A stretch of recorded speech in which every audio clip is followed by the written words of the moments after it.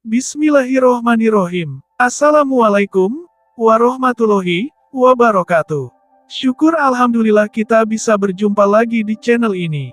Sholawat serta salam kita curahkan kepada junjungan Nabi kita Muhammad Sallallahu Alaihi Wasallam. Allahumma sholli ala Sayyidina Muhammad, wa ala ali Sayyidina Muhammad.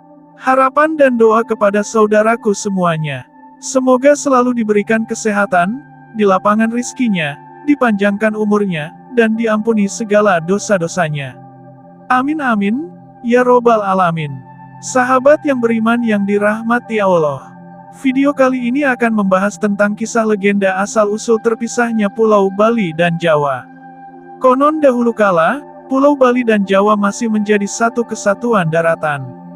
Namun sekarang, kedua pulau ini dipisahkan oleh lautan yang dinamakan Selat Bali. Asal-usul terpisahnya kedua pulau ini tidak memiliki sumber yang pasti, namun ada kisahnya secara turun-temurun.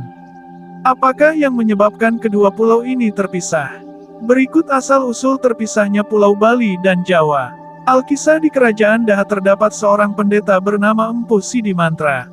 Selain dikenal sebagai orang yang sakti mandraguna, ia juga dikenal kaya raya. Empu Sidi Mantra memiliki seorang putra bernama Manik Angkeran. Empu Sidi Mantra dan istrinya sangat sayang kepada anak semata wayangnya tersebut. Empu Sidi Mantra dan istrinya sangat sedih karena Manik Angkeran memiliki tabiat yang kurang baik. Ia dikenal sebagai anak yang suka berfoya-foya dan menghabiskan harta kekayaan orang tuanya untuk berjudi. Jika kalah berjudi, ia akan meminjam uang kepada orang lain. Hal ini membuat Manik Angkeran memiliki banyak utang di mana-mana. Kekayaan orang tuanya semakin menipis setelah Manik Angkeran menghabiskannya bertahun-tahun. Banyak orang yang mencari Manik Angkeran untuk menagih utang kepada dirinya. Manik Angkeran sangat ketakutan, karena ia dicari oleh beberapa orang yang membawa beragam senjata tajam seperti golok dan pedang. Ia bersembunyi di rumah ayahnya, Empu Sidi Mantra, seraya memohon bantuan. Empu Sidi Mantra keluar menghampiri orang-orang tersebut dan ia berjanji akan membayar utang anaknya. Karena segan kepada Empu Sidi Mantra, mereka menyetujui permintaannya untuk datang lagi di kemudian hari. Pada malam harinya, Empu Sidi Mantra berdoa untuk memohon bantuan kepada Tuhan Yang Maha Esa terkait masalah Manik Angkeran. Akhirnya ia mendapat petunjuk supaya pergi ke Gunung Agung untuk menemui seekor naga yang menjaga harta karun di tempat tersebut. Sesampainya di kawah Gunung Agung, ia duduk bersila sambil membunyikan genta dengan iringan mantranya untuk memanggil naga yang bernama Naga Basuki. Naga Basuki kemudian keluar dan Empu Sidi Mantra menceritakan keinginannya. Karena merasa iba, Naga Basuki mengeluarkan emas dan intan dari sisiknya untuk diberikan kepada Empu Sidi Mantra.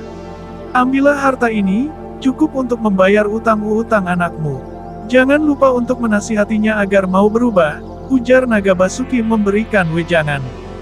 Setelah mengucapkan terima kasih, Empu Sidi Mantra pamit untuk kembali ke Jawa Timur. Ia kemudian memberikan semua harta tersebut kepada Manik Angkeran seraya menasihatinya agar tidak mengulangi perbuatan itu. Manik Angkeran sangat senang. Ia lalu menjual harta tersebut untuk melunasi utang-utangnya. Uang hasil pembayaran utang tersebut ternyata masih memiliki sisa yang banyak, sehingga ia gunakan lagi untuk berjudi. Namun kejadian kembali terulang, ia kalah berjudi dan kembali berutang. Manik Angkeran kembali meminta pertolongan ayahnya. Namun sang ayah tidak mau lagi menolongnya. Ia ingat kalau ayahnya pernah meminta bantuan kepada Naga Basuki di Gunung Agung. Ia kemudian mencuri genta sakti milik ayahnya serta menuju ke Gunung Agung. Sesampainya di kawah gunung tersebut, ia membunyikan genta sakti hingga membuat Naga Basuki keluar. Manik Angkeran bercerita mengenai utang yang dimilikinya. Karena merasa iba, Naga Basuki memberikan harta kepada Manik Angkeran. Memang dasarnya rakus, ketika Manik Angkeran melihat ada permata besar di bagian ekor Naga Basuki, ia segera menghunus pedangnya, memotong ekor sang naga seraya pergi meninggalkan tempat tersebut. Naga Basuki kesakitan dan menjadi marah. Ia menjilat jejak kaki dari Manik Angkeran. Sehingga seketika itu pula, tubuh Manik Angkeran gosong menjadi abu. Empu Sidi Mantra khawatir, karena sudah beberapa hari Manik Angkeran tidak pulang ke rumah. Empu bergegas untuk mencari anaknya, dan memilih pergi ke tempat naga Basuki karena ia tahu genta suci miliknya hilang. Sesampai di Gunung Agung, Empu menceritakan kepada naga Basuki kalau ia sedang mencari anaknya yang hilang. Naga Basuki memberitahukan kalau ia tidak perlu lagi mencari Manik Angkeran karena sudah dibunuhnya.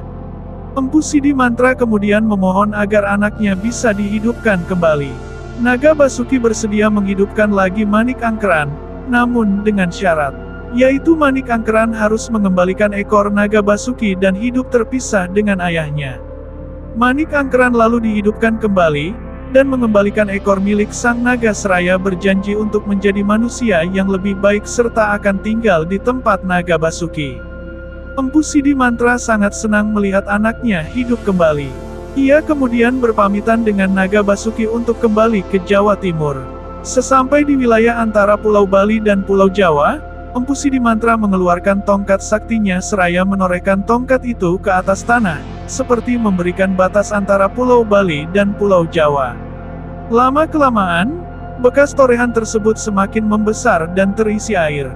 Wilayah itu terendam air dan menjadi sebuah selat yang kini diberi nama Selat Bali. Selat ini sebagai pemisah antara Pulau Bali dan Pulau Jawa. Kisah asal-usul terpisahnya Pulau Bali dan Pulau Jawa ini memiliki banyak versi, namun padanya inti sama. Berdasarkan kisah ini, ada hikmah yang bisa diambil, bahwa seseorang tidak boleh rakus dan hidup berfoya-foya selama memiliki banyak harta, karena pasti ada balasannya nanti. Semoga video kali ini bermanfaat, lebih dan kurangnya mohon dimaafkan. Jangan lupa untuk like, komen, dan subscribe channel kami. Sampai jumpa di video berikutnya. Terima kasih. Wassalamualaikum warahmatullahi wabarakatuh.